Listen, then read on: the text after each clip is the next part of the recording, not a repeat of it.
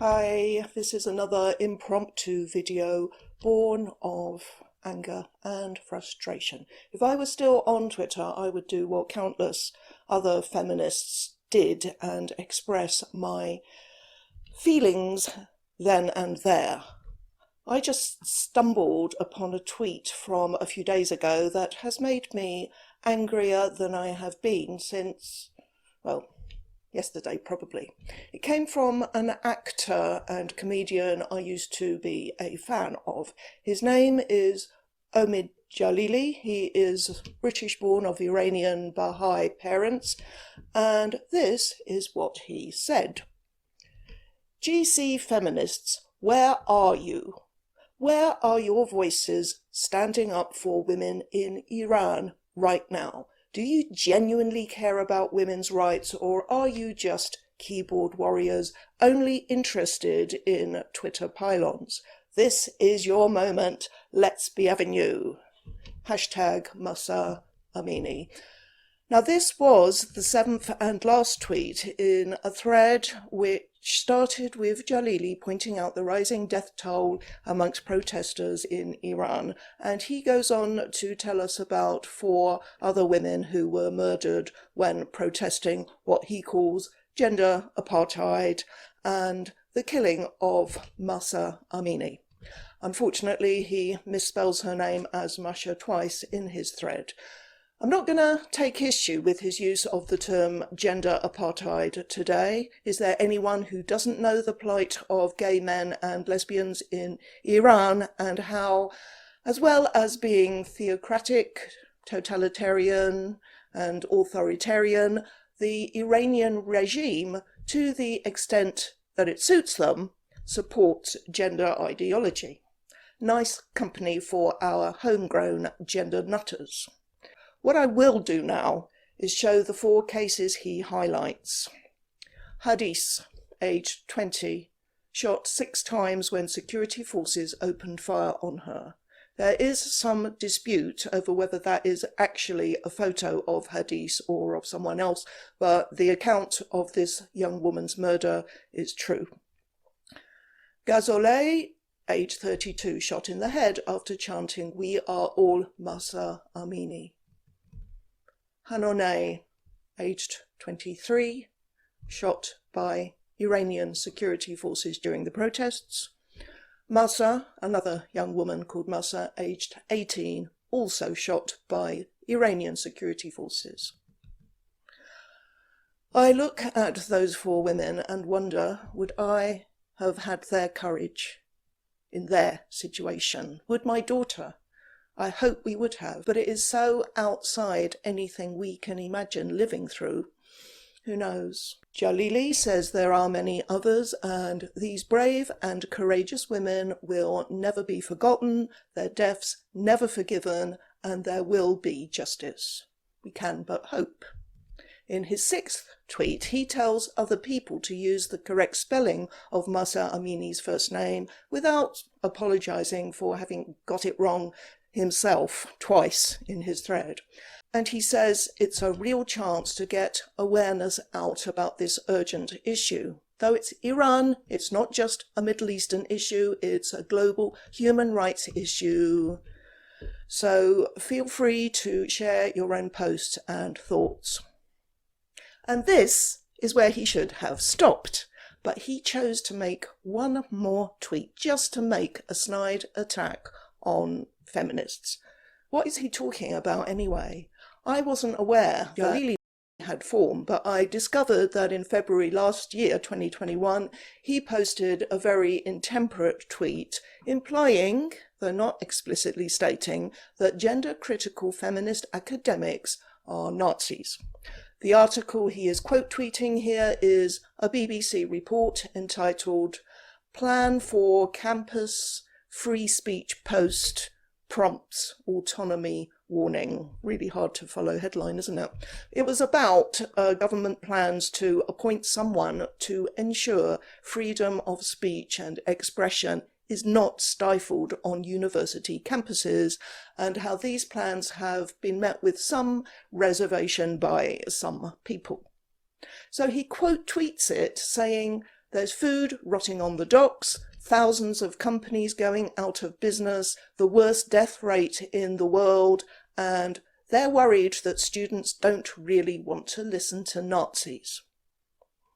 Now, because I'm inclined to be charitable, and some might say still a bit naive, I believe that Djalili genuinely thought the government's objectives in trying to ensure free speech on campus was to allow fascists and racists to be platformed. It's been a policy of student unions not to allow racists and fascist speakers at universities since the 1970s, and I appreciated it when I was an undergraduate because it meant I didn't have to spend any time arguing with such people, because I didn't meet anyone who expressed those kinds of views, and instead I could channel all my free time on campus into opposing sexism and sexists, of which there was an abundance from across the political spectrum. So I suspect, and I could be wrong, that he leapt to that conclusion without properly reading the article, which doesn't mention racist or fascist at all, but near the bottom it mentions the lovely Professor Selina Todd of Oxford University, who, because she opposes gender ideology, has been a victim of no platforming by anti-feminist women at her own university. There's no shame in misunderstanding something. I do it all the time. Andy Lewis appears to have been the first to respond, correcting Djalili's misapprehension. It's women they are having problems with, not Nazis. But Djalili ignored the correction. At no time did he withdraw, clarify or apologise for his tweet. He simply denied that he was talking about the high-profile feminists who've actually been deplatformed and whose protection was a large part of the motivation behind the proposal. I'm going to say that I believe him. I think the redoubtable Dr. M was a bit speedy and over the top in handing him his arse on a plate, but unfortunately he didn't have the humility to admit he'd made a mistake. I think he could have done that and told her that her response was unnecessarily strong, but instead he called her a purveyor of hate and said he'd instructed his lawyers. After that debacle, he blocked countless feminists on Twitter, which might conceivably be why he is unaware of how many of them have been speaking up on social media in support of the women in Iran. Not that it's likely to make any difference to what is actually happening there. This reminds me of how frustrated I used to get every time those who promote Islamism as a political ideology as opposed to Islam, a religion, or every time Muslim male immigrants to any country did something horrible. Feminists in liberal democracies were criticised by men living in those same democracies for not condemning it loudly enough on Twitter or other social media, as if doing so would have made the blindest bit of difference, as if all those men violating women in Cologne and other German cities on New Year's Eve some years ago, when was it, 2015 or 16, as if they would have gone, oh no, the feminists don't approve of us molesting young women, we shouldn't have done it, we'll never do it again. The treatment of women and girls in Islamic cultures always distressed me greatly, and it is the only reason why I have ever felt moved to comment on Islamism at all or take any interest in it. And I'm sure the same is true of Kelly J. Keane. I want to nail my colours to the mast here. It is not racist to abhor the practice of forcing women, and particularly little girls, to wear hijab. Arguably, what is racist is the cultural relativism involved in saying we shouldn't criticise the practice because it's nothing to do with us, with our culture, especially us coming from the major coloniser of other countries in the world. But I am not responsible for what the British ruling classes did in the past, and nor is Kelly J. But whatever we do or say in defense of women, we are going to be criticized, so we might as well say it anyway. I've said before that I'm not interested in religion. There are religious people in my extended family. I have friends of all different religions. They are some of the nicest and most intelligent people I know, but that won't stop me criticizing people who hurt others in the name of religion, and God only knows there are plenty of them.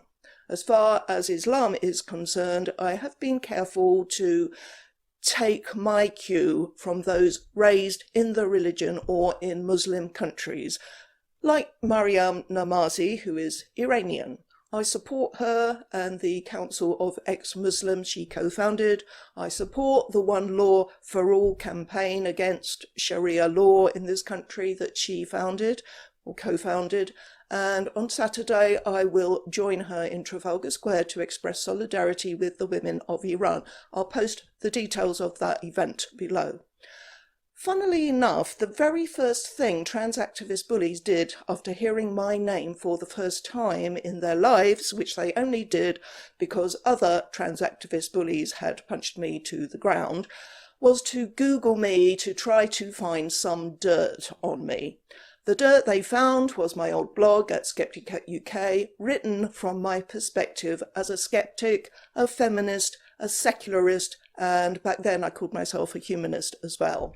Out of the 80 or so blog posts I wrote between 2009 and 2015, a handful were about the trans activists' natural brethren, the woman-hating Islamist bullies.